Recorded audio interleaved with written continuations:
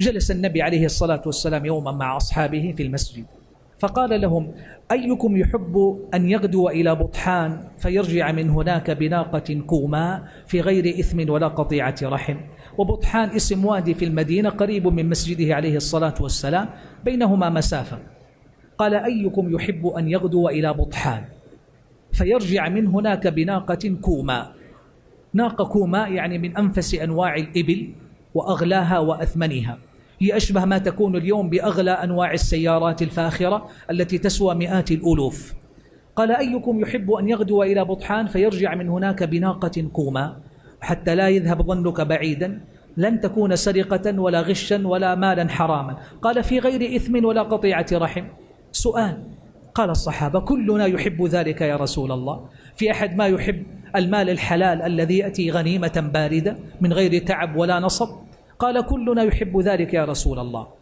قال: لأن يقعد أحدكم في بيت من بيوت الله فيقرأ آية من كتاب الله خير له من ناقة كوماء، وآيتين خير من ناقتين، وثلاث خير من ثلاث ومن أعدادهن من الإبل. بالله عليك، كم مرة جلست في بيت من بيوت الله فتحت المصحف فقرأت آية وآيتين وثلاثا وخمسا وحزبا وجزءا وسورة وختمت ختمة؟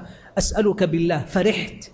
دخل في قلبك الفرح أنك في جلستك تلك حزت ما لم يحزه التجار في تجاراتهم وأهل الدنيا في دنياهم؟ هل امتلأ قلبك فرحا يا رجل؟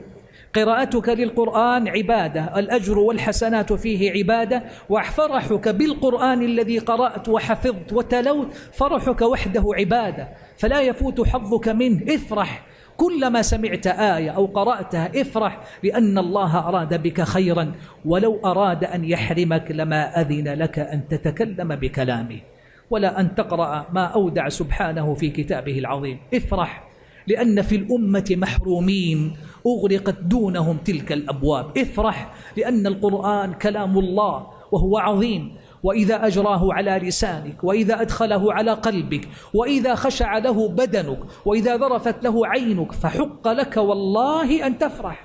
إي والله، افرح بالقرآن. الله يقول: فليفرحوا هو خير مما يجمعون. يا قوم، والله كم